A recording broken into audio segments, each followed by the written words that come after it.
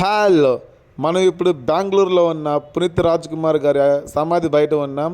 ఇది కనిపించేది entrance board. పదండి లోపలికి వెళ్ళి సమాధి చూసేద్దాం. సారీ, సమాధి అనడం కన్నా ఆలయం అనడం చాలా మంచిది. ఎందుకంటే ఈయన దేవుడితో సమానం. ఇక్కడ ఉన్న నేచర్ని చూస్తుంటే ఒక టెంపుల్లో ఉన్న ఫీలింగ్ వస్తుంది. బహుశా ఈయన దేవుడితో సమానం కదా, అందుకనేమో. ఇక మనకి ఎదురుగా కనిపించేది పునీత్ రాజ్ కుమార్ గారి వాళ్ళ నాన్న విగ్రహం. ఈ విగ్రహం కట్టేసి 11 సంవత్సరాలు అవుతుంది. 2014లో కట్టారంట. విగ్రహం కట్టే టయానికి నేను బహుశా గోళీలాట ఆడుతూ ఉంటాను. ఇది కనిపించేది పునీత్ రాజ్ కుమార్ గారి వాళ్ళ నాన్నగారు డాక్టర్ రాజ్ కుమార్ గారు. ఇతను 11 సంవత్సరాలు అవుతుంది విగ్రహం కట్టేసి.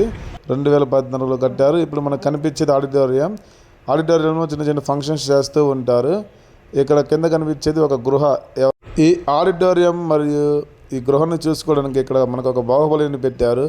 ఆ బాహుబలిని చూస్తే ఎవరైనా భయపడాల్సిందే. ఇక బాహుబలిని చూడండి, ఎంత హైట్, ఎంత వెయిట్, ఎంత పర్సనాలిటీతో ఉంటాడు. చూసి భయపడపాకండి.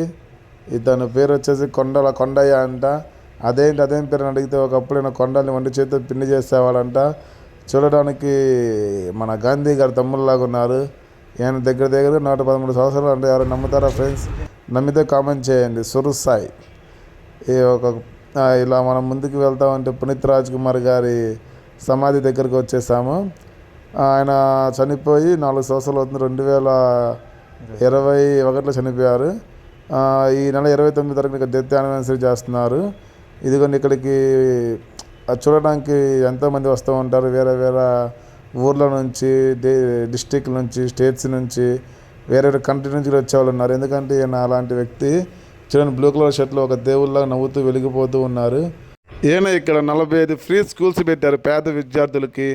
ఇంకా 26 orphanages, 14 old age homes, 19 cow shelters, ఇంకా 1800 మంది స్టూడెంట్స్ దత్తత తీసుకొని చదివిపించారు. ఫ్రెండ్స్, ఇక్కడ అమ్మాయిలను అని చెప్పి కొంచెం వాకింగ్ స్టైల్ మార్చాను. ఎలా ఉంది వాకింగ్? కామెంట్ చేయండి. ఇప్పుడు మనం ముందుకు వెళ్తూ ఉంటే వాళ్ళ అమ్మగారి సమాధి కనిపిస్తుంది. ఈమె 2015లో చనిపోయారు. చనిపోయి 8 సంవత్సరాలు అవుతుంది. అంతేనా? నెక్స్ట్ మనకి అప్పు సార్ వాళ్ళ నాన్నగారి సమాధి వస్తుంది. ఇది కొంచెం చూడండి, కనిపించేది అప్పు సార్ గారి వాళ్ళ నాన్న సమాధి. ఈయన 2006లో చనిపోయాడు. చనిపోయి 19 సంవత్సరాలు అవుతుంది ఇప్పటికీ.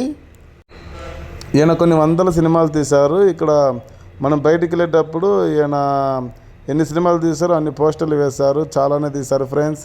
సరే friends, boy friends, love you friends.